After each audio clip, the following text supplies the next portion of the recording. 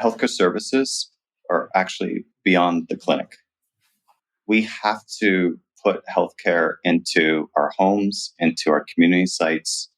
We have to take it outside of the traditional infrastructure. We have a systemic problem that there aren't enough primary care providers for our population to be doing all of the preventative measures that we want to do. It's just not possible. So if we really want to take advantage of scientific advances in vaccine and diagnostics and what these tools and advanced cancer screenings and things like this can provide us, we have to think differently about distribution of those tools. And now, from San Francisco and the UCSF Rosenman Institute, the Health Technology Podcast with your host, Christine Winoto.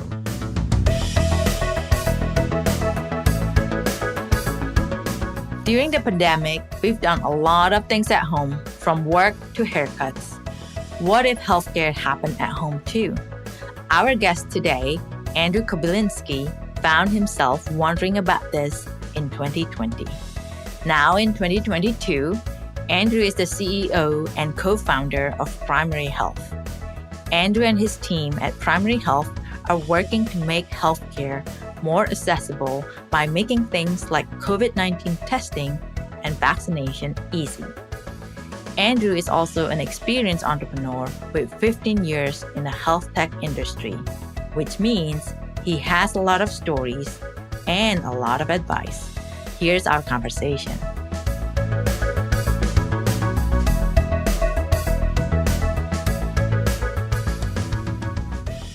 Well, Andrew, thanks for joining me this morning. Good morning. Thank you for having me. It's great to be here. I've been following your stories quite a bit, and I thought it would be good for us to start a bit about your background, your journey. What are the things that brought you to where you are today? I mean, not you are here as a podcast, but the company that you started, Primary.Health. Yeah, thank you. My background is not traditional. I'm in a sense, an accidental CEO of this company. My background, and given what's happening politically in the world right now, I'm a child of immigrants, parents who defected from Poland in 1980. And I like to think of my experience through education in the US as being very much trial and error, learning about the SATs after my peers were doing PSATs, and all kind of life was it was interesting to kind of keep up and learn and stay on top of things. But I went to UC Santa Barbara, studied computer science, did not actually finish with a degree, but left with too many units, and was always looking at entrepreneurial efforts in healthcare from a younger age in college and afterwards. And that led to a career pretty much 15 years in digital health. And when I was wrapping up my experience at a previous company, helping the CEO exit a startup called Better Doctor, which was working on the provider directory data problem, how health plans build their networks and how do you find a doctor. I had some free time, so I started volunteering for some COVID efforts right at the beginning of the pandemic. And I found myself leading one effort that became Primary.Health, and a company that is now looking at the future of infectious disease. So it's a very accidental path, not one I expected or deliberately planned, but I kind of put myself out there to try to help and make a difference. And here I am. It's interesting when you comment about your parents are an immigrant. And I think me being an immigrant, sometimes I do not really know what the path is always. I have a 15-year-old son now. All the little education system here, I don't know much about. And I thought it was interesting that you figured out about SAT after your friend did all the PSAT. And I was like, oh, I need to do SAT. So I thought that was interesting. Tell me more about your volunteer that led you to start this company. What volunteer work is that? Yeah, absolutely. So it was interesting. I think if we remember early in the pandemic, there were quite a few hackathons that people were having. And you had lots of individuals volunteering from all across industry, healthcare, et cetera. How do we help? Well, I know how to do digital tools. Maybe we can do a self-reported test message thing. So there's a lot of efforts and activities and groups kind of talking about different efforts. In the town of Bolinas, California, so just an hour north of San Francisco, across the Golden Gate Bridge, you have this rural community that is a mix of wealthy billionaires as well as homeless hippies. You have everything in between, a very diverse kind of rural community on the coast.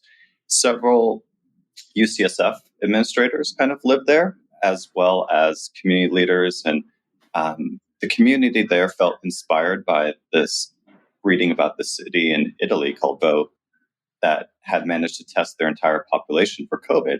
And this is early in the pandemic when there was no large community testing at all. In fact, testing was still at a state where you had to basically get a physician order and then find a lab that had a test, and no labs, there really weren't any. So at the time, the UCSF administrators connected with Dr. Joe DeRisi's lab, the CZ BioHub, and that became the lab to kind of process specimens. And then various UCSF MDs were to run the research study. So it was both kind of a PCR and antibody test. And we were trying to get the whole community. So the goal was try to get 100% of the community of Bolinas. And what was really interesting about this project is you had a backer, you had a research component, and a lab willing to, in a research sense, perform testing that no one else could legally perform commercially, in an aspirational goal of testing the entire population.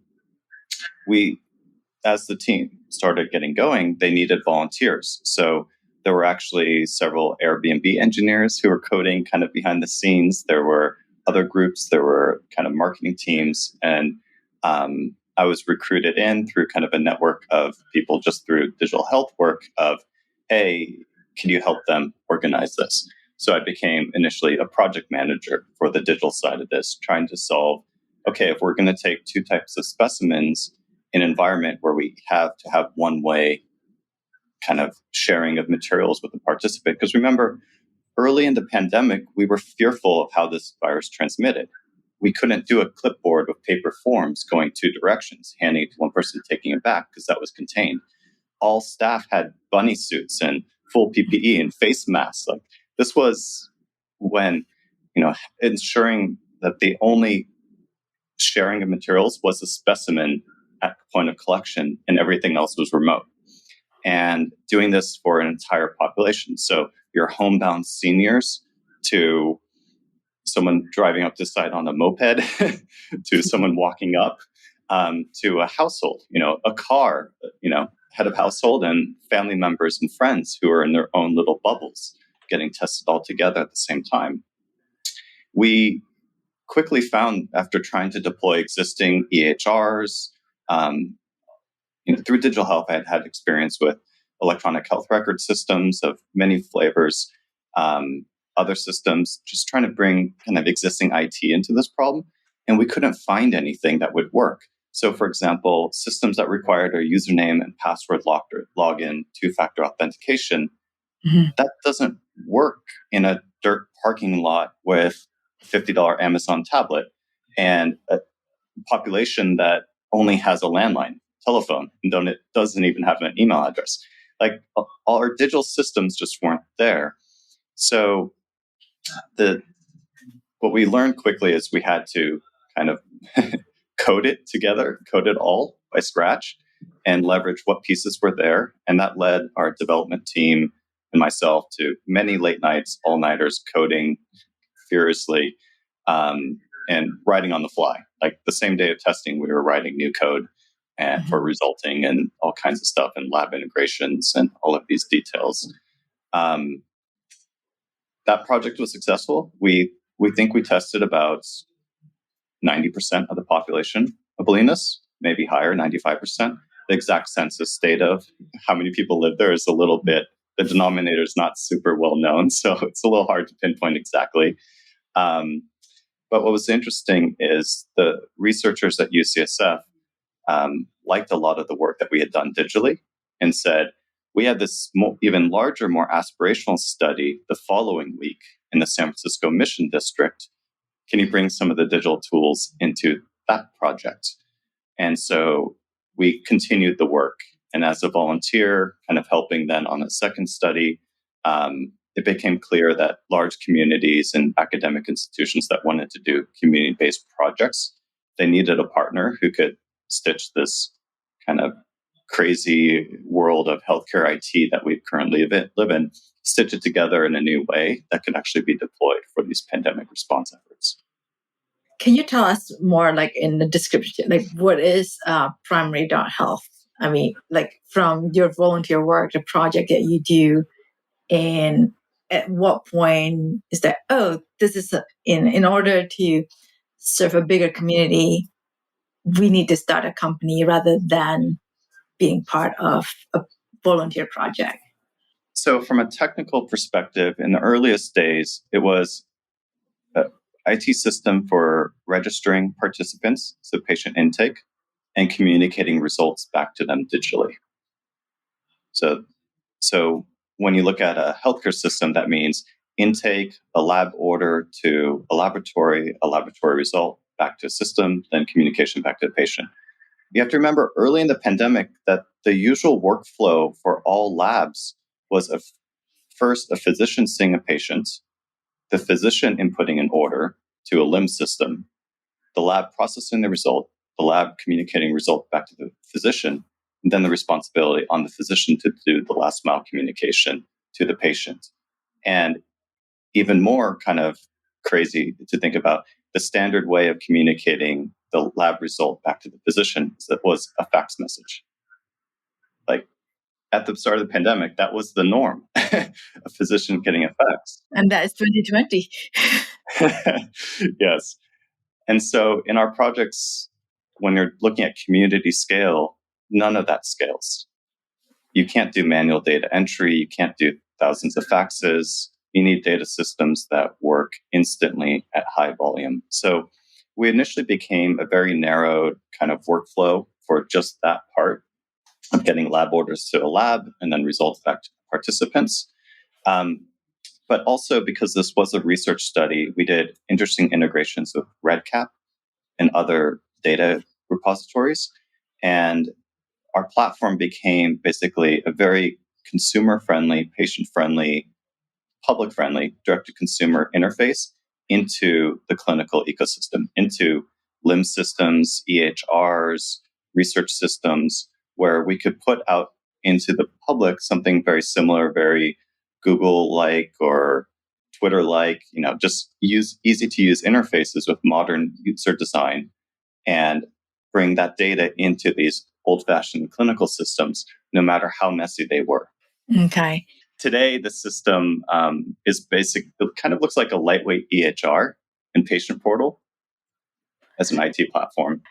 And how is that impacting? I mean, you said lightweight EHR. I feel like there's so many EHR out there, and that's why it makes it so convoluted. It's like so messy because there's so many different systems, and now there's another one. And how do you integrate with all out there and make it useful for the patients and the providers? Yeah, that's a good question. I think the answer to that is there's a lot of EHRs. There's a lot of software written for the clinical setting. And there's a lot of really good software and iterative work on software for the clinical setting. As a society and a sector, we haven't built workflows for the general public to interact with the healthcare system outside of the clinic. So it's actually a new area that is emerging very rapidly to say, what are the IT systems that can bridge the gap and extend healthcare outside of the clinical office? So a good example of this is the use of primary at the 24th and CAP site in the San Francisco Mission District has facilitated over 50,000 vaccine doses for the city and county of San Francisco. That site is also doing a lot of testing, has run validation studies in January on the effectiveness of rapid antigen, the Abbott Binax Now cards against Omicron variant to reassure the public on that these things work, as well as demystifying which swabbing sample is the best for these rapid cards: nose, throat, saliva, cheek, etc. And our system, I haven't seen health IT have a spec of software that can go out into a community setting, can be used by a volunteer that is recruited that morning, learns how to, on input patient data in 10 minutes, can facilitate the complexity of lab orders for an HIV diagnostic, cholesterol, diabetes screening, etc., rapid tests, and be so simple that these new volunteers can operationalize these things. Maybe a new nurse is brought in that morning to fill a gap in the shift, execute and actually run at a volume that is maybe 500 participants an hour. Like that is a unique challenge that until the pandemic happened, which forced us to take healthcare outside of the traditional clinic, no one was really working on. So I think we're at the very beginnings of a new category of healthcare IT software, one that facilitates healthcare in the home and in community settings. This podcast is sponsored by Brown Rudnick's Global Life Sciences Group, a team of legal professionals that help life science companies, lenders, and investors around the world turn good science into good business. Learn more at brownrudnick.com. This podcast is also sponsored by Canon Quality Group. Canon Quality Group has been helping medtech startups set up quality management systems for over 10 years. If you're unsure when to get started with quality management in your startup, turn to the experts at canonqualitygroup.com. Before I dive into that, I want to touch base a little bit about, you mentioned about the CAP site. Can you tell us more about what that is for some of us who are not familiar? Yes, so the 24th and CAP site, it's moved around a little bit over time and had satellites at the BART station there, 24th and Mission as well. It is a site that UCSF runs. So it's in partnership with Unitas and Salute. So I should back up a little bit and give the origins a little bit. Early in the pandemic, a bunch of UCSF MDs were asking the question, why is the ICU full of Latinx? What is going on? We have a very diverse San Francisco, yet the distribution of COVID patients early in the pandemic are very heavily Latinx. What is going on? So community leaders were also frustrated with this fact. They were seeing it too. And there was an early call in the mission to say, hey, we're getting impacted more than others. We don't understand why. Someone help us. Let's bring in some infrastructure. So UCSF and Unitas and Salute and the Latino Task Force and the missions that popped up testing in the mission. And these testing sites became the first easy walk up, no questions asked, no ID, no insurance required access points to testing in the community settings. And in addition, because so many of the UCSF researchers have had an amazing history working in HIV, AIDS, etc., it was a unique understanding of the household and how disease can spread in different patterns than you might expect. So the research questions were broad, and the willingness to do quick study was very mature. So when researchers said, okay, here's a positive case, but let's walk home with that patient and actually test the whole household to see what's going on, they would walk home and find half the household had COVID. And then they would ask the question, why is this happening? How is the spread happening? And why is this community getting further impacted? And they would discover that, well, in a time of lockdown in this community, when everyone who has the means to work from home has a COVID case rate of effectively zero, and everyone who lives in these dense households and has members that have to go to work every day to earn a paycheck, their active caseload is 10, 12%. And it was UCSF and the research through community sites like the Mission site that uncovered these patterns that were causing the end result of the higher ICU utilization by these populations. And, we look back on it now, it's very duh, but early in the pandemic, none of this was clear. Mm-hmm. And yeah, so that site has served and continues to serve as a community access point to have no barrier testing and diagnostics. It now also enrolls the population into Medi-Cal and other programs where we're eligible. It becomes an entry point into the healthcare system for that community. And it's also a point that whenever something happens, it's led by the community. So it's a safe space. So people can go there with whatever health concern or issue or COVID concern and quickly get care.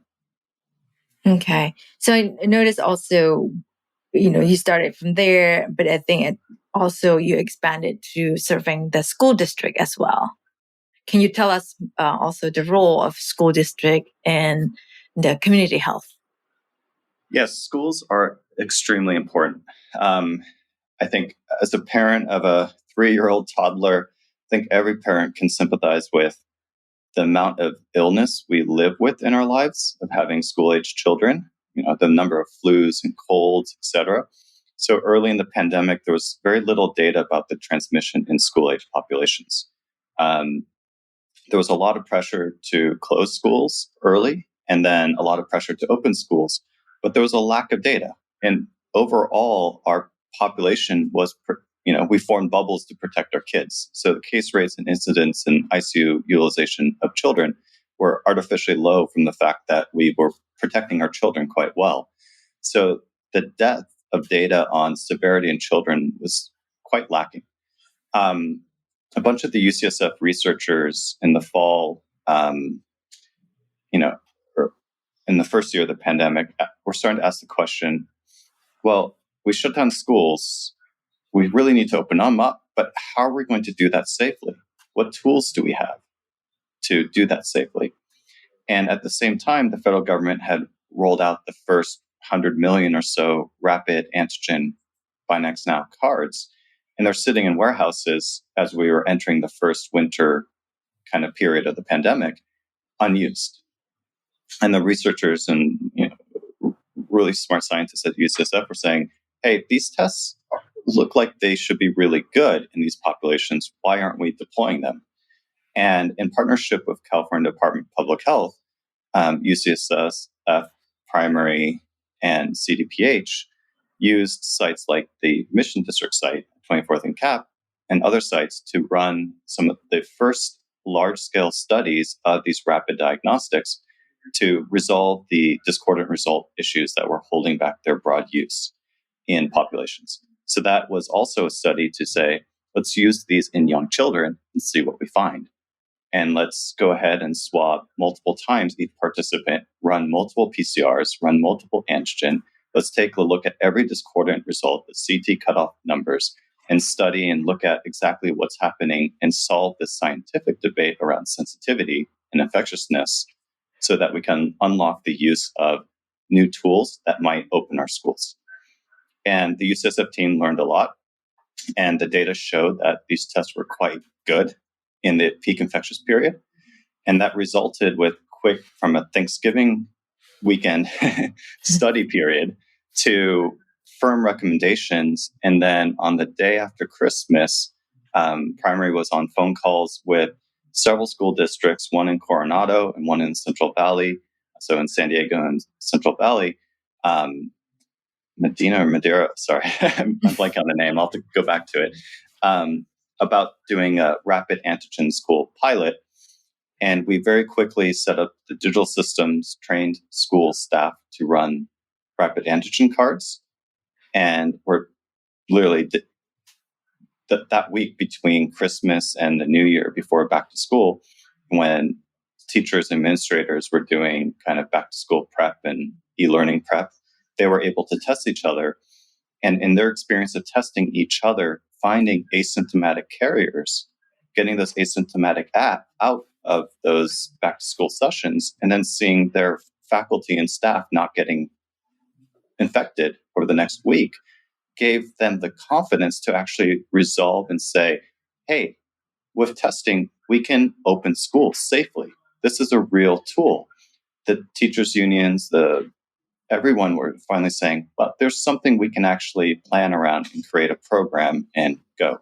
So from those two initial projects, we very quickly expanded to more schools to demonstrate more broadly to the state that rapid antigen was a tool that could safely allow us to reopen schools.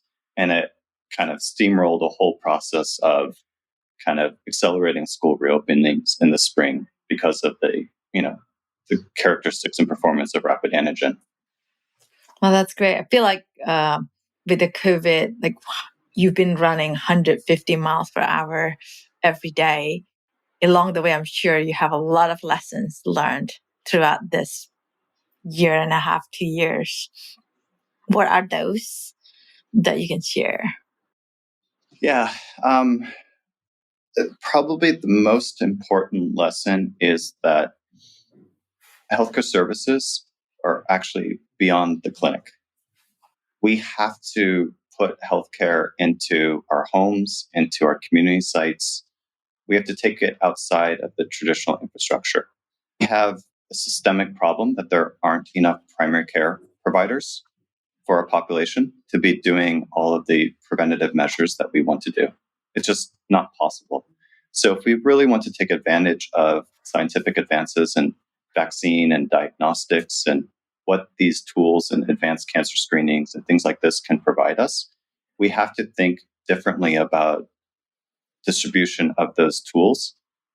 If you require that someone goes, I think I need this, they have to go through the trouble of finding a physician to get an appointment or access a clinic, take time off work to go do that, then finally get an order for one of these diagnostics, and then find a way to go get that administered, and then wait around till someone contacts them with the results, and then with that result, figure out what they do next. That life cycle doesn't scale. And it is what our system is set up as right now. So if you're thinking of the future of public health, the key lesson is we have to enable people like you and I to do very basic healthcare services ourselves in the comfort of our home, in the comfort of a local church, in the comfort of our school, in ways, in simple methodologies and workflows that take minutes out of our daily lives. So it becomes just a normal thing that we do. And the sooner we recognize that and enable those new technologies from a regulatory reimbursement and clinical workflow perspective, so that really smart MDs are very much integrated to this, but they're enabling and accelerating this broader activity on larger and larger populations, the faster we can actually make meaningful dents in some really unsettling trends. So, for example, right now, STDs continues to increase. There's no meaningful reduction in that right now, the current setup. And to change that trend, you have to bring almost pandemic-like response. You have to think about it differently. So hopefully with COVID hopefully it's going away slowly, but hopefully it's gone in the next few months. What's next for you in primary.health? You mentioned about the STD rising. I feel like there's a lot that you can participate. Yeah, it's a great question. I feel like we've had this question twice in our history before. First, it was vaccines were coming out, so everyone will get vaccinated and we'll all have high levels of immunity and it'll be over. And then the reality dawned upon us that the percentage of vaccinated is not nearly high enough, and it never will be.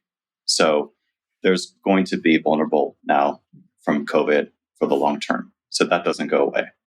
The second point is before Delta, the other variants had a pattern of going to zero, meaning the reproductive rate of those variants with mitigation measures, you could effectively take the case rates to zero quite quickly and quite definitively. What we're seeing now with the new variants is they've just peaked across that we're not getting to zero anymore. We're in this state of persistent viral load in a population that is not going away. And that viral load means that in a very sinister way, it just creeps through the vulnerable over time. It gets to us. as our neutralizing immunity wanes, it causes more waves of infection. Maybe not ICU or death in the general population, but definitely amongst the vulnerable. I myself have lost a father-in-law to COVID in the pandemic. He was immunocompromised leukemia patient. This past week, I lost a close friend who was suffering of prostate cancer, and the quality of his life has deteriorated significantly because of, not being able to be social and not be able to do the things you want to do. And so as we look forward, reaching a more low prevalence of COVID gives us the money, opportunity, resources to focus on those who are vulnerable for the next 2 years and figure out new and novel ways to protect them. In some sense, that's the problem I'm very much excited about. So it's a very much COVID plus future. And in settings like schools, where in January, we had school districts, because of the rapid testing, they were able to keep infectious kids out and keep the schools running and bring a kind of return to normalcy in education. That preparedness of testing capabilities in the school setting is paramount and clearly validated finally. And those schools are asking, hey, this is an infectious disease prevention. And we've long been hit hard by flu, strep, RSV, these other infectious diseases in our populations. We're spending this money on COVID and we need to continue some surveillance. Can you please make a dent in these other diseases? So most fundamentally for the company, outside of these very tactical things that we're going to live with COVID in the next year, the opportunity scientifically, what I've learned from UCSF and the researchers, we're in a unique place to redefine what is normal levels of illness in our society, in our daily lives. And as a parent, if I could have 50% less colds and flus in the household, I would love it. I think we can all resonate with that. And the pandemic has given us tools to actually make a new definition of what's normal here. And that's what really excites me about the future. Well, that's great. Well, thank you. I'm so sorry to hear your loss, but it's like you're doing an amazing thing and making an impact. And I can't wait to see what's the future hold for you and the Primary.Health. Thank you. Thank you.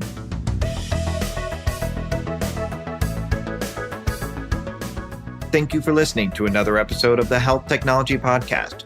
We want to thank our executive producer, Herminio Neto, and our podcast engineer, Andrew Rojek. If you enjoyed this podcast, be sure to subscribe and leave a review. The Health Technology Podcast is available on all major platforms.